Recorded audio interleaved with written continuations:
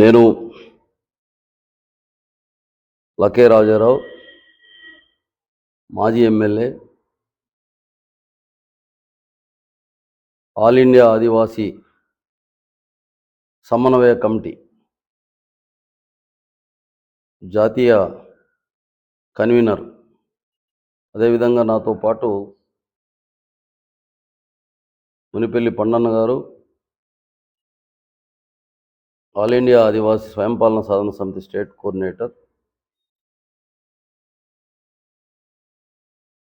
మరి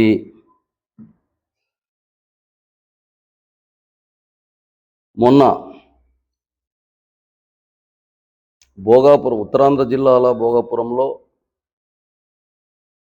కూటమి ప్రభుత్వం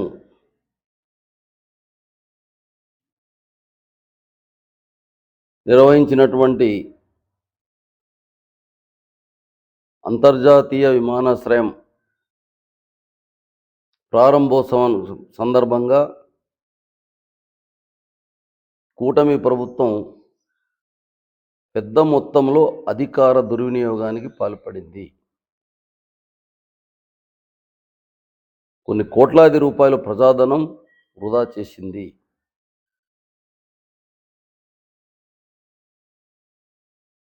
ఉత్తరాంధ్ర జిల్లాల ప్రజలకు కానీ, ఆదివాసీ ప్రాంత ప్రజలకు సంబంధించి కానీ తాగునీరు సదుపాయం కల్పించడానికి నిధులు ఇవ్వలేనటువంటి రాష్ట్ర ప్రభుత్వం, రోళ్లు వేయలేనటువంటి రాష్ట్ర ప్రభుత్వం,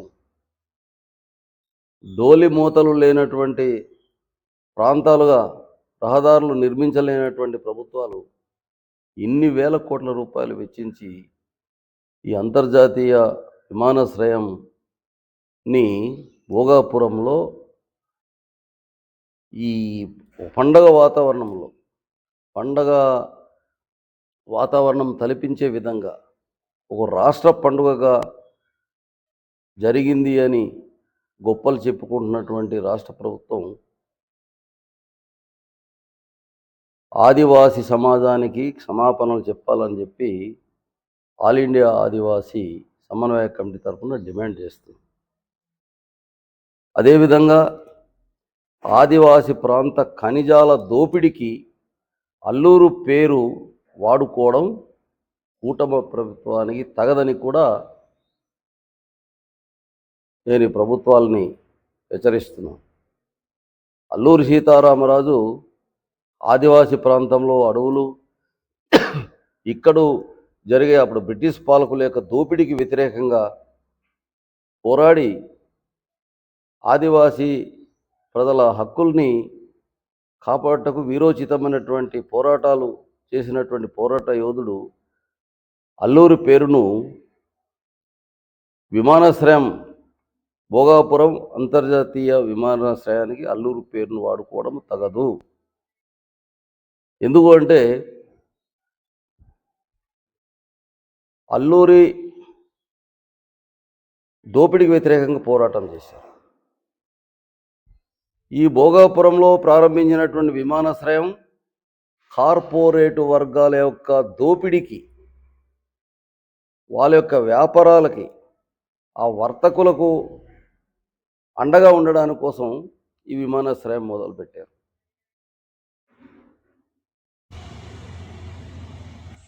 మరి వాళ్ళ వర్తకాల కోసం మరి ఇంత పెద్ద మొత్తంలో ఇన్ని వేల కోట్ల ప్రజాధనాన్ని ఖర్చు పెట్టడం ఎంతవరకు సబబిది? ఆ డబ్బుతో, ఆ నిధులతో చాలా ప్రాంతాలు డెవలప్ చేయొచ్చు. దీనివలన తాగునీరు సదుపాయాలు కల్పించవచ్చు. తాగునీరు సదుపాయాలకు ₹1 వెచ్చించలేనటువంటి ప్రభుత్వం మరి విమానాశ్రయ ప్రారంభోత్సవానికి వేల కోట్ల రూపాయలు ప్రజాధనం వెచ్చించటం ఇది సమంజసమా? ఇది అభివృద్ధా? ఇది ఏ రకమైన అభివృద్ధి? కార్పొరేటు వర్తకుల యొక్క అభివృద్ధా, లేదంటే ఉత్తరాంధ్ర జిల్లాల ప్రజల పేద రైతుల వలస కూలీల యొక్క అభివృద్ధా? ఈ విమానాశ్రయం వలన ఉత్తరాంధ్ర జిల్లాల పేద రైతులు, పేద కూలీలు, వాళ్ళు కూలీలుగా మార్చడానికి విమానాశ్రయం ఉపయోగపడుతుంది తప్ప, కూలీలుగానే ఉంటారు తప్ప, విమానాశ్రయం వలన వాళ్ళకి ఒరిగే ప్రయోజనం ఏమి లేదు అని చెప్పి సందర్భంగా నేను గుర్తు చేస్తున్నాను. అదేవిధంగా ఆదివాసి ప్రాంతంలో కార్పొరేట్ వర్తకుల ఖనిజాలు, గనుల దోపిడీకి భోగాపురం అంతర్జాతీయ విమానాశ్రయం గొప్ప ప్రయాణ సాధనం అని చెప్పి ఈ సందర్భంగా నేను తెలియజేస్తున్నాను. కార్పొరేట్ వర్తకుల లాభాలు పెంచే భోగాపురం, కార్పొరేట్ వర్తకుల భోగాపురం, రైతులను రైతు కూలీలుగా చేసే భోగాపురం. ఇది అంబానీలు, అదానీలు, జిందాలు, బిర్లాలు, నవీన్ మిట్టాలు యొక్క భోగభాగ్యాలు సంపద పెంచే భోగాపురం.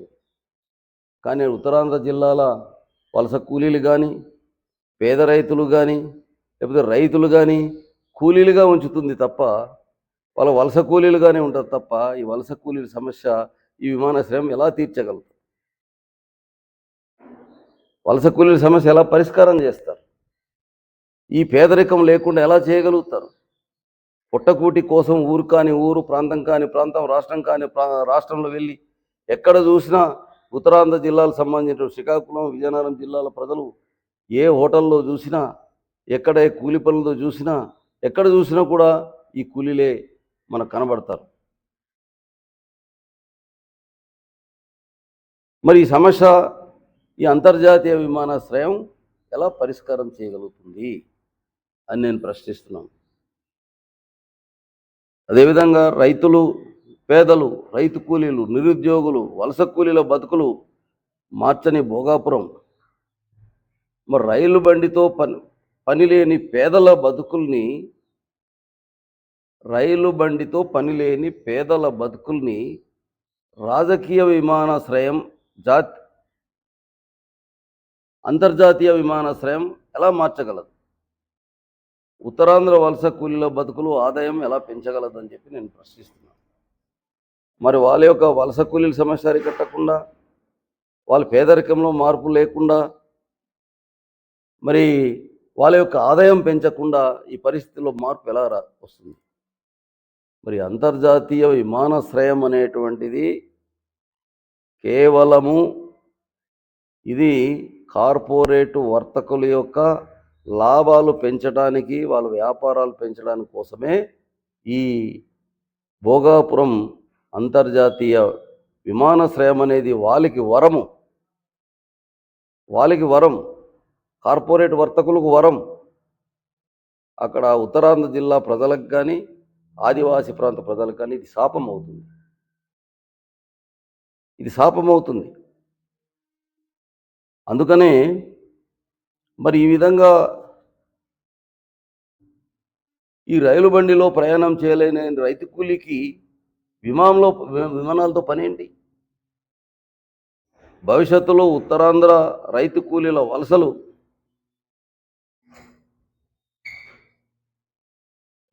ఉత్తరాంధ్ర వలస కూలీల బతుకులు, లేకపోతే రైతు కూలీల వలసలు ఆగుతుందా? అలా సాధ్యం కానప్పుడు విమానాశ్రయం ప్రారంభోత్సవానికి పండుగ ఎందుకు చేసుకోవాలి?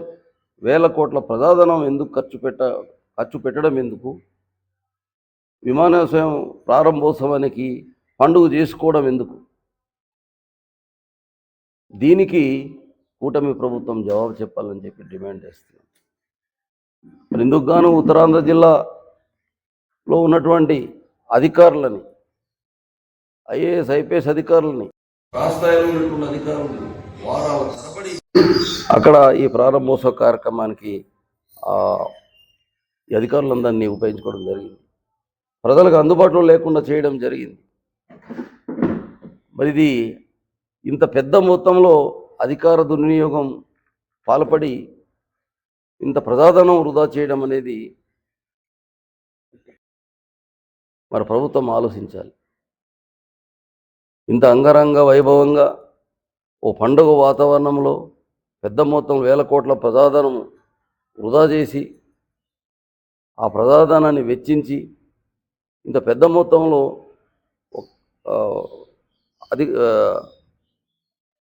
వృధా చేయటం ప్రభుత్వానికి తగదు.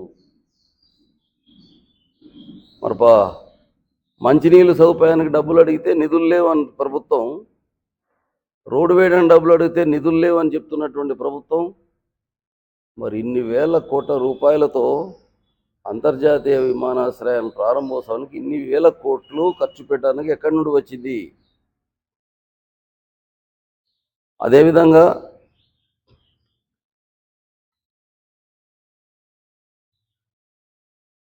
చదువుకుంటున్నటువంటి విద్యార్థుల్ని, చదువు కోసం పాఠశాలల్లో ఉన్నటువంటి విద్యార్థుల్ని వారాల తరబడి శిక్షణ పేరు మీద అక్కడ ఉపాధ్యాయుల్ని, అధికారుల్ని ఎవరికి అసలు ఒక క్షణం తీరిక లేని విధంగా వాళ్ళ యొక్క సర్వీస్ని వాడుకోవడం జరిగింది. వాళ్ళకి శిక్షణ ఇచ్చి అక్కడ భోగాపురంలో దింసా నృత్యం ప్రదర్శించడానికి కోసం తరలించడం జరిగింది. కొన్ని వేల సంఖ్యలో తరలించారు. వాళ్ళ ఆట బొమ్మలుగా మార్చారు, ఆట వస్తువులుగా మార్చారు. ఆదివాసీ సంస్కృతి కిరాయి సంస్కృతి కాదు. వాళ్ళ ఆట వస్తువులు కాదు, ఆట బొమ్మలు కాదు, ఆట బొమ్మలుగా వాడుకొని ఆ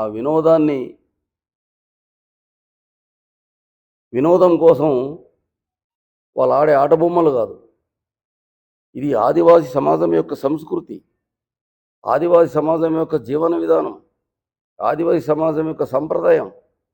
ఈ సంప్రదాయాల్ని ఒక ఆట వస్తువుగా భావించినటువంటి ఈ కూటమి ప్రభుత్వం ఆదివాసీ సమాజానికి క్షమాపణలు చెప్పాలని డిమాండ్ చేస్తున్నాం. ఇక ముందు ఈ విధంగా అటువంటి మంత్రులు వచ్చినప్పుడు లేకపోతే ముఖ్యులు ఎవరో వచ్చినా కానీ మరి ఈ ఆదివాసీ సంస్కృతి సంప్రదాయాలకు సంబంధించినటువంటి దింసా నృత్యాన్ని అక్కడ ఒక వినోద వస్తువుగా, వినోదాన్ని పంచే సంస్కృతిగా దాన్ని దిగజార్చకూడదని చెప్పి కూడా ఈ ప్రభుత్వాలను నేను డిమాండ్ చేస్తున్నాను. మరి ఇదే విధంగా ఈరోజు ఆదివాసీ సమాజాన్ని అన్ని విధాల నాశనం చేయటానికి, వాళ్ళ యొక్క ఆధారం, జీవనాధారాన్ని ప్రజల నుంచి దూరం చేయడానికి కోసం కేంద్ర రాష్ట్ర ప్రభుత్వాలు శతవిధాల ప్రయత్నం చేస్తున్నది. దీంట్లో భాగంగానే పార్లమెంటు వేదికగా ఆర్థిక మంత్రి నిర్మలా సీతారామన్ గారు ఒక ప్రకటన చేశారు.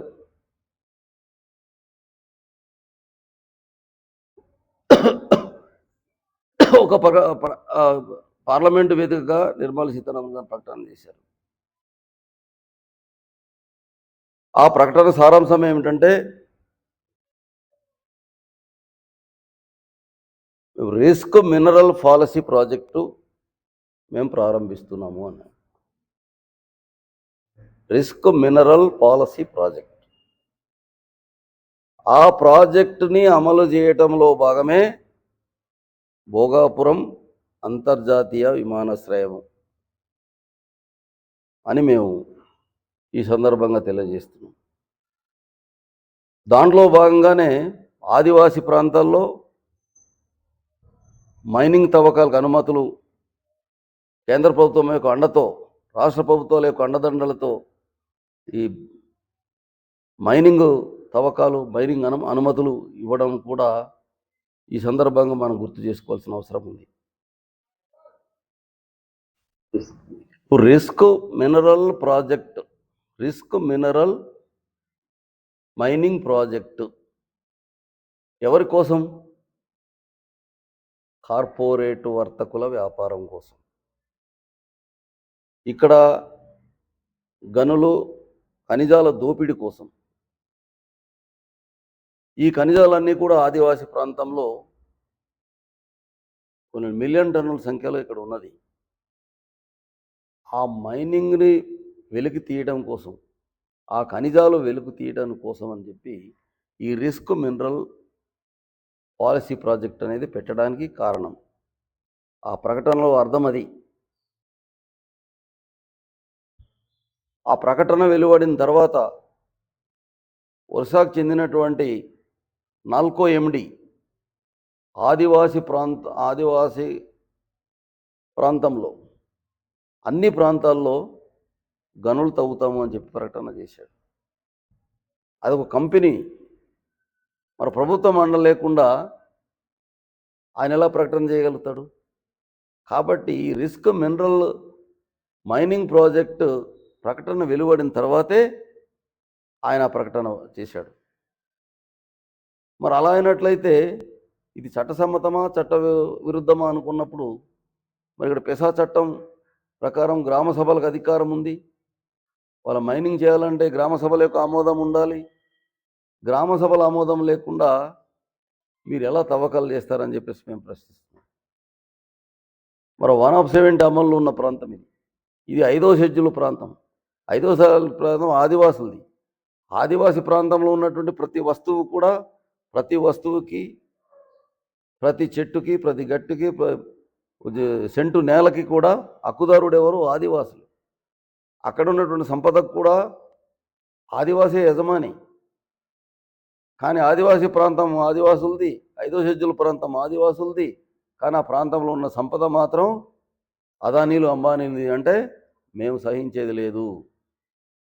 మాకు రాజ్యాంగం ఈ సంపద మీద హక్కుదారులను చేసింది భారత రాజ్యాంగం. నువ్వు రాజ్యాంగబద్ధంగా నిర్ణయం తీసుకో. కానీ రాజ్యాంగ విరుద్ధంగా నిర్ణయం తీసుకుంటే రాజ్యాంగం అండతోనే ఈ ఖనిజాల దోపిడీకి వ్యతిరేకంగా మేము పోరాటం చేస్తాం. ఇందుకు గ్రామసభకు ఉన్నటువంటి అధికారాలతో దీన్ని అడ్డుకుంటాం. అందుకని ఈ రిస్క్ మినరల్ పాలసీ ప్రాజెక్ట్ ఎందుకంటే 5వ షెడ్యూల్ ప్రాంతంలో పేసా చట్టం అమల్లో ఉంది, 1/7 అమల్లో ఉన్నది, అనేక రకాలైనటువంటి రక్షణ చట్టాలు ఉన్నాయి. కాబట్టి అక్కడ ఖనిజాలు వెలికి తీయడం రిస్క్. కాబట్టి ఏ రిస్క్ లేకుండా చేయడానికి కోసమే 2019 నుండి 2024 దాకా కేంద్ర ప్రభుత్వం ఈ ప్రాంతంలో ఉన్నటువంటి ఖనిజాలు, అడవులు, భూములు, గ్రామాలకు రక్షణగా ఉన్నటువంటి చట్టాలని, పర్యావరణ చట్టాలని, ఇక్కడ పరిరక్షించే చట్టాలన్నీ కూడా కార్పొరేట్ వర్తకులకు అనుకూలంగా సవరణలు చేశారు. మరి ఆ సవరణలు ఎందుకంటే ఖనిజాల దోపిడీ కోసం. ఆ ఖనిజాల దోపిడీకి వేగవంతం చేయడం, అంతర్జాతీయలో ప్రయాణ సాధనాలు కల్పించడం, ఆ వర్తకుల యొక్క వ్యాపారాలకి అనుగుణంగా కేంద్ర రాష్ట్ర ప్రభుత్వాలు మరి ఊడిగం చేస్తున్నాయి. కాబట్టి అందులో భాగంగానే భోగాపురం అంతర్జాతీయ విమానాశ్రయం ఏర్పాటుకు ప్రధానమైనటువంటి కారణం. అంతేగాని ఇక్కడ విమానాశ్రయం ఏర్పాటు చేయడం వలన ఉత్తరాంధ్ర జిల్లాల రైతుల, పేదల బతుకులు మారవు, వాళ్ళ యొక్క ఆదాయాలు పెరగవు. ఎలా పెరుగుతాయి? వాళ్ళు అక్కడ విమానాశ్రయం వచ్చినా రాకపోయినా వాళ్ళు కూలీలే. కాబట్టి కూలీలుగా మారుస్తావు, కూలీలుగానే ఉంచుతావు. ఈ విమానాశ్రయం వలన కూలీ లేని బతుకులు మార్చలేవు, రైతు కూలీల వలసలు ఆపలేవు, ఆదివాసుల బతుకులు మార్చలేవు. కాబట్టి దీనికి సంబంధించి బాబాసాహెబ్ అంబేద్కర్ ఏం చెప్పాడు? నీకు అభివృద్ధి చేయాలనే ఉద్దేశం ఉంటే, చిత్తశుద్ధి ఉంటే వ్యవసాయ ఆధారిత పరిశ్రమలు పెట్టాలి.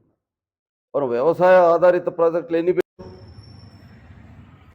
ఇప్పుడు అభివృద్ధి పేరుతో ప్రాజెక్టులు కట్టి పోలవరం జిల్లాలో కొన్ని లక్షల అమలు చేసినటువంటి అరకొర సదుపాయాల్లో కూడా పెద్ద మొత్తంలో కొన్ని కోట్లాది రూపాయల అవినీతి జరిగింది, కుంభకోణాలు జరిగాయి.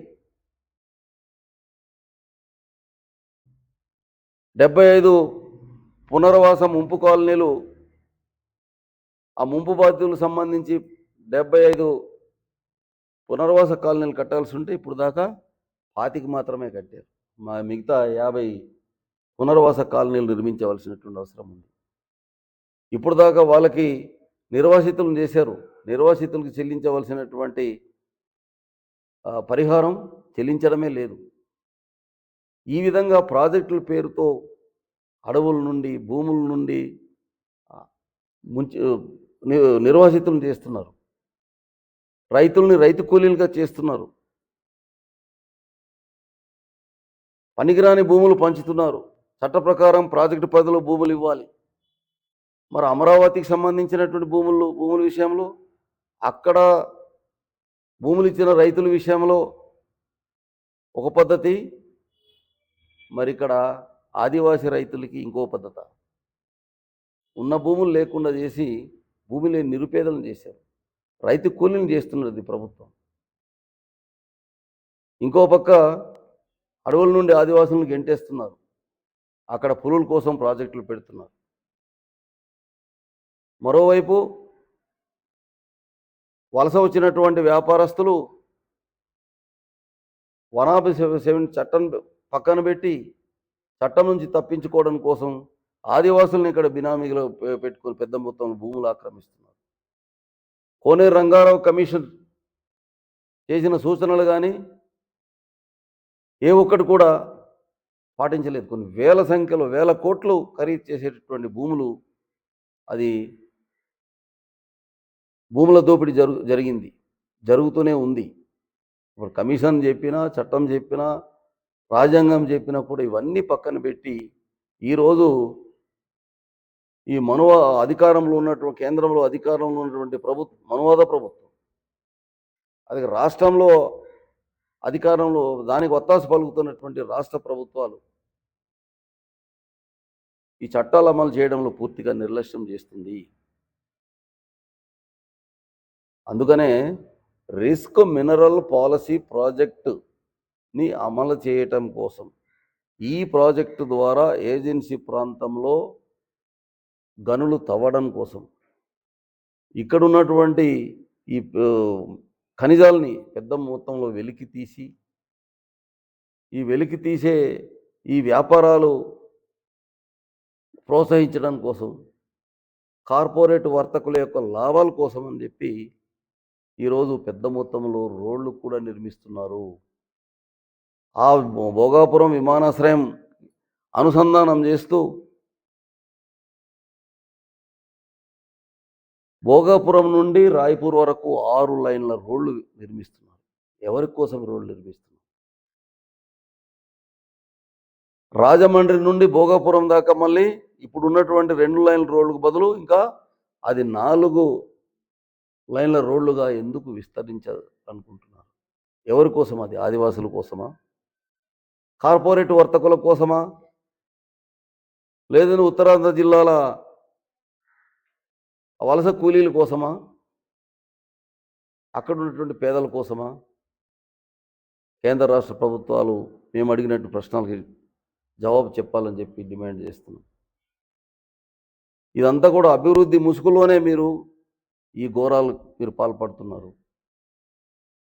అభివృద్ధి పేరుతోనే రైతుల్ని రైతు కూలీలుగా మారుస్తున్నారు, పేదలు నిరుపేదలుగా ఉంచుతున్నారు. అభివృద్ధి పేరుతోనే విమానాశ్రయాలు నిర్మిస్తున్నారు. 6 లైన్లు, 7 లైన్లు, 8 లైన్లు, 4 లైన్లు రోడ్లు నిర్మిస్తున్నారు. దేనికోసం? ఏజెన్సీ ప్రాంతంలో అపారంగా ఉన్నటువంటి ఈ ఖనిజాల్ని తరలించడం కోసం, లారీల ద్వారా అతివేగంగా తరలించుకు వెళ్ళిపోవడానికి, దానికంటే గాలిలో కూడా దీన్ని తరలించడానికి కోసమే ఈ అంతర్జాతీయ విమానాశ్రయాలు వీళ్ళు నిర్మిస్తున్నటువంటి ఈ రహదారులు ఉపయోగపడతాయి. అంతే తప్ప దీని మూలంగా పెద్ద మొత్తంలో నిర్వాసితులు అయ్యేది ఆ ప్రాంతంలో ఉన్నటువంటి ఆదివాసులు, ఆ ప్రాంతంలో ఉన్నటువంటి ఉత్తరాంధ్ర జిల్లాల ప్రజలు. ఈ విధంగా రైతుల్ని భూమి నుండి దూరం చేసి వాళ్ళని కూలీలుగా మార్చడం కాదు అభివృద్ధి అంటే. మరి బాబాసాహెబ్ అంబేద్కర్ చెప్పిన ప్రకారంగా ఈ విధంగా నిర్వాసితులు కాకుండా ఉండాలి, రైతుగానే ఉండాలి అనుకుంటే ఆయన చెప్పిన ప్రకారంగా వ్యవసాయ ఆధారిత పరిశ్రమలను ఏర్పాటు చేయండి. ఇప్పటిదాకా కేంద్ర రాష్ట్ర ప్రభుత్వాలు ఎన్ని పరిశ్రమలు ఏర్పాటు చేశారు? అలా చేసినట్లయితే రైతు భూమి రైతు చేతికే ఉంటుంది. ఆ భూమి నుండి వచ్చే పంటలతో పరిశ్రమలు పెట్టినట్లయితే పరిశ్రమల ద్వారా వీళ్ళకి ఆదాయం వస్తుంది. ఆ విధంగా పేదరికం లేనటువంటి సమాజం మనం నిర్మించవచ్చు. ఇలా చేయకుండా రైతుల భూములు లాక్కొని మీరు మైనింగ్ దోపిడీ చేయడం కోసం, గనుల తవ్వకాల కోసం అని చెప్పి కార్పొరేట్ వర్తకులకు మీరు ఊడిగం చేస్తూ వాళ్ళకి సహకరిస్తూ మీరు కార్పొరేట్ వ్యాపారస్తులకు ఏజెంట్లుగా మీరు ఉండి మీరు ఇక్కడ పేదరికాన్ని ఏమీ నిర్మించలేరు. ఆ రోజు అధికారం రావడానికి ఇందిరాగాంధీ గారు ఓ నినాదం ఇచ్చారు, అధికారంలోకి వచ్చారు. గరీబీ హటావో నినాదం.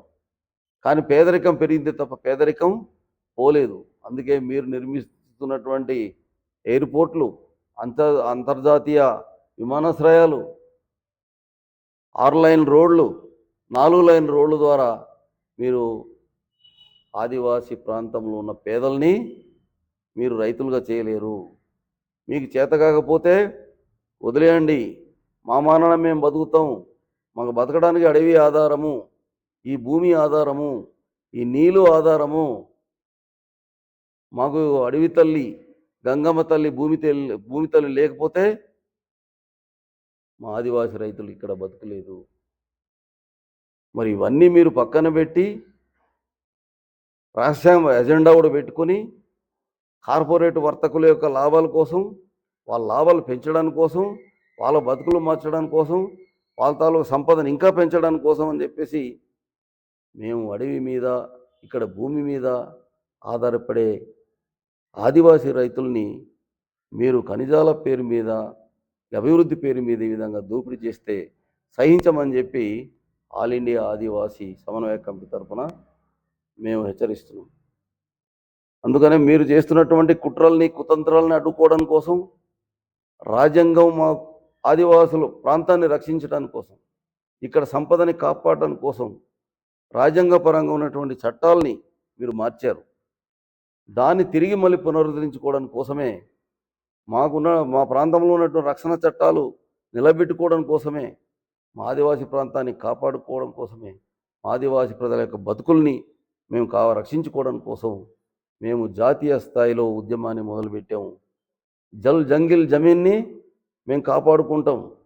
మీరు ఈ జల్ జంగిల్ జమీన్ని అదానీలకు ఇవ్వాలనుకుంటున్నారు, వాడి వ్యాపారాలు సహకరించాలనుకుంటున్నారు.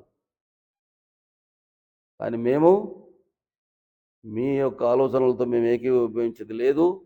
మీ నిర్ణయాలు రాజ్యాంగ విరుద్ధము, ఆ చట్ట విరుద్ధము, ఆ రాజ్యాంగం అండతో మీ యొక్క ఖనిజాల దోపిడీని మేము అడ్డుకుంటాము, తీవ్రంగా ప్రతిఘటిస్తాం అని చెప్పేసి ఈ సందర్భంగా మీకు డిమాండ్ చేస్తూ ఒకసారి ఈ ఖనిజాల దోపిడీకి 5వ షెడ్యూల్ ప్రాంతంలో ఉన్నటువంటి ఆదివాసీ ప్రాంతంలో ఉన్న ఖనిజాల దోపిడీకి అల్లూరు పేరుని ఉపయోగించుకోవడం అది సబబు కాదు. ఆ రోజు హక్కుల కోసం పోరాడినవాడు, దోపిడీకి వ్యతిరేకంగా పోరాడినటువంటి ఒక గొప్ప వ్యక్తి, ఒక పోరాట యోధుడి యొక్క పేరుని దోపిడీ వర్గాల వ్యాపారాల కోసం ఆయన పేరు వాడుకోవడం అనేది ఎట్టి పరిస్థితుల్లో కూడా అది న్యాయం కాదు. కాబట్టి ఆ అంతర్జాతీయ విమానాశ్రయానికి పెట్టినటువంటి పేరుని ఇంక వేరే పేరు పెట్టాలని చెప్పి కూడా ఈ సందర్భంగా ఆల్ ఇండియా ఆదివాసీ తరఫున, సమన్వయ కమిటీ తరఫున డిమాండ్ చేస్తున్నాం. అదేవిధంగా భవిష్యత్తులో మా సంస్కృతికి మూలాధారమైనటువంటి ఆదివాసుల యొక్క కల్చర్, అది ఆదివాసుల యొక్క గుర్తింపు, అది ప్రపంచ స్థాయి ద్రింశ నృత్యానికి గుర్తింపు ఉంది. అటువంటి మా సంస్కృతిని ఆట వస్తువులుగా మార్చారు విమానాశ్రయం ప్రారంభోత్సవం సందర్భంగా. అరే నరేంద్ర మోడీ మెప్పు కోసం మీరు చేస్తే, కార్పొరేట్ వర్గాల మెప్పు కోసం నరేంద్ర మోడీ గారు ప్రయత్నం చేశారు. కాబట్టి కేంద్ర రాష్ట్ర ప్రభుత్వాలు ఈ ఆదివాసీ సమాజానికి జరిగినటువంటి అవమానం, అది అవమానంగా ఆదివాసులు భావిస్తున్నారు, ఆదివాసీ సమాజం భావిస్తుంది. ఆట వస్తువులు కాదు, ఆట బొమ్మలు కాదు, అది కిరాయి సంస్కృతి కాదు, ఇది ఆదివాసుల యొక్క సంస్కృతి. ఆదివాసుల యొక్క సంస్కృతిని మీరు అవమానించారు. కాబట్టి కేంద్ర రాష్ట్ర ప్రభుత్వాలు క్షమాపణ చెప్పాలని చెప్పి డిమాండ్ చేస్తున్నాను. మరి డిమాండ్ చేస్తూ ఇంతటితో ముగిస్తున్నాం. జై భీమ్, జై ఆదివాసీ, జై భారత్.